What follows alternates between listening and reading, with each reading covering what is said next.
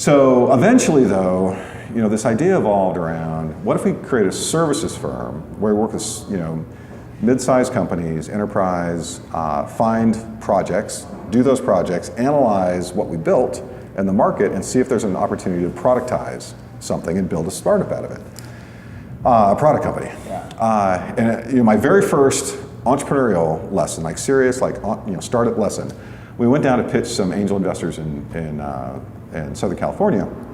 We're like, here, we got this idea. We're going to go do these projects. If this company needs it, others might need it too. We're going to pick it apart. We're going to figure out, is that a business or not? We had our criteria and so forth, a little process. And they said, God, that sounds great. Come back to us when you figure one of those out. In the meantime, we're not going to fund a services company. And I was dumbfounded, like, why? Look what we're doing. Why wouldn't you want to fund this? And that was the first time I started thinking about financially modeling a company. Yeah. And like, oh yeah, so you look at what the acquisition opportunities are for services companies, like 1x, right? Build $300,000 in revenue, and you basically get to take a year off with $300,000, right? So we set out then to work hard to try to find what's that first product opportunity. And we looked at a number of things, and the first one we came across we thought was bona fide was in healthcare.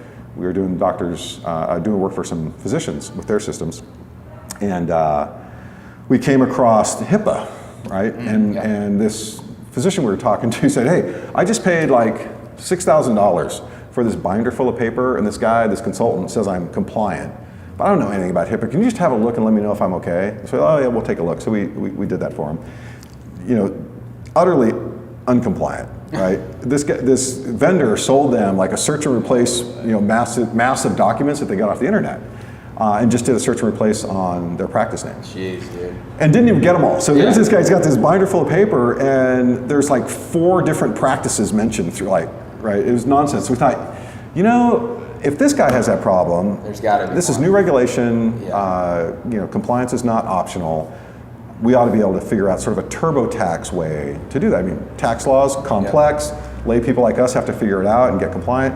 So we thought we could build a TurboTax for HIPAA, so we did. And that was the first serious company, raised a little capital, built a team.